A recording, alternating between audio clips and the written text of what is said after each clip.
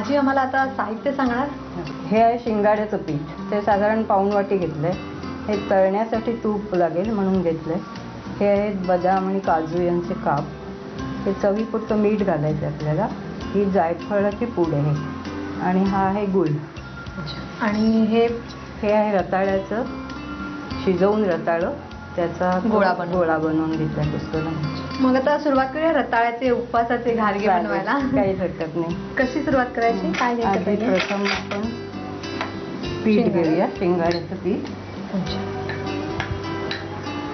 आजी तुम्ही फार लाड करता का याचे? आजी खूप लाड करते तुझे. काय काय करतो, काय करते आजी? म्हणजे आजी कधी कधी एवढी ओरडते की माझे कानच दुखायला लागतात. बापरे, ओरडते एवढी? कान दुखायला लागतात तुझे? म्हणजे काय काय केलंस की ओरडते आजी? कधी कधी तिच्या मांडीवर बसल्या आणि दुखले तर ओरडायला लागते.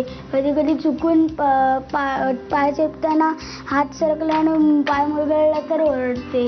अरे तू सगळं ओरडतेच सांगते, पण लाड काय करते ते सांग ना. ह्याच्यामध्ये काय ओरडणं नाही आलं. लाड जर का मी कुठलं प्राईज आणलं तर मग लाड करते. अजून मी म्हणजे कुठून कॅम्पवरून 2-3 दिवसांनी आलो तर मग लाड करते. हां. आणि मग आजीने तुला काही असं कधी तुझ्यासाठी छान आवडीने बनवलंय? तुझ्यासाठी असं काय बनवलंय पदार्थ जो तुला पण खूप आवडतो? भाकरी. आजी तुमच्या काही अशा आठवणी आहेत की नाही श्रावणातल्या खास? कारण की श्रावणातल्या म्हणजे मी पहिल्यांदा खूप खेडेगावात राहिलेली आहे. माहेर कुठल्या तुम्ही? चिपळूण तालुक्यात वीर म्हणून गाव आहे, तिथले मी.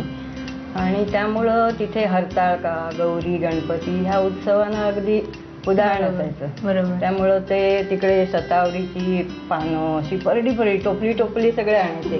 गडी आमचे घेऊन यायचे.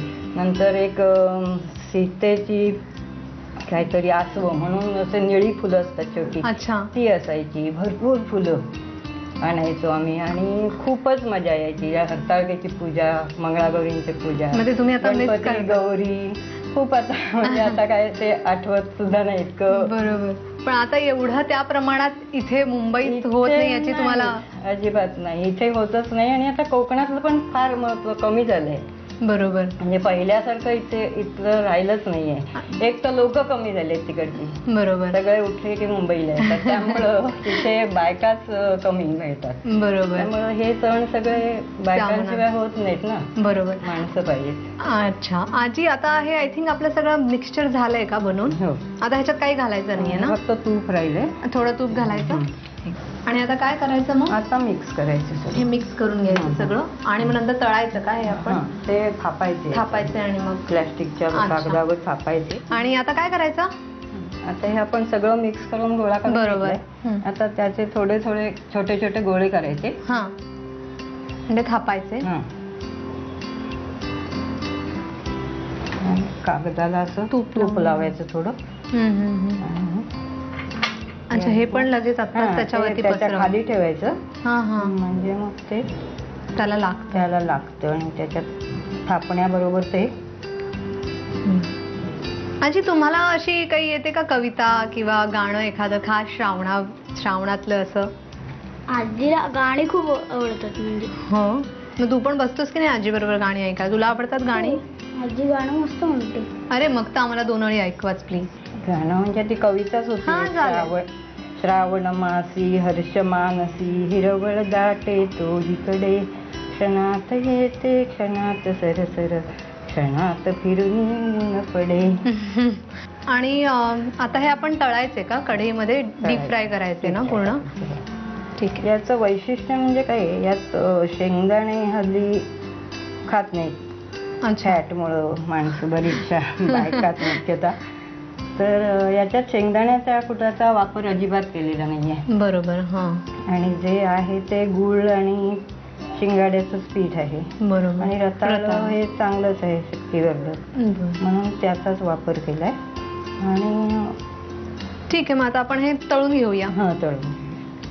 तूप चांगलं तापलंय, सोडायचंय मग त्याच्यामध्ये?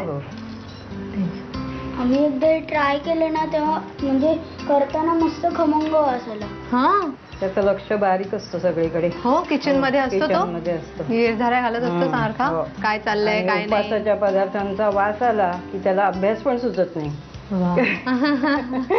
अच्छा, हे आता नॉर्मल आपण पुऱ्या तळतो किंवा कसं तळतो त्याच्यासारखं तळून घ्यायचं ना. वाह, काय मस्त वास येतोय. मी तुम्हाला सांगते, तुम्ही पण ही रेसिपी नक्की करा, कारण खूपच सुंदर दिसते आणि सुंदर वास येतोय. हां, पण तुम्हाला त्याकरता साहित्य आणि कृती पण लिहून घ्यायला लागेल ना, मग घ्या लवकर लिहून. रताळ्याचे घारगे बनवण्यासाठी लागणारं साहित्य: पाऊण वाटी शिंगाड्याचं पीठ, साजूक तूप, बदाम काजूचे तुकडे, मीठ, जायफळ पूड, गूळ आणि उकडून कुस्करून घेतलेलं रताळं. कृती: प्रथम एका बाउलमध्ये शिंगाड्याचं पीठ घेऊन त्यामध्ये गूळ, जायफळ पूड, मीठ, उकडून कुस्करलेलं रताळं आणि तूप घालून मिश्रण मळून घ्यावं. या मिश्रणाचे घारगे थापून त्यावर बदाम काजूचे तुकडे लावावेत. रताळ्याचे घारगे खुसखुशीत तळून घ्यावेत.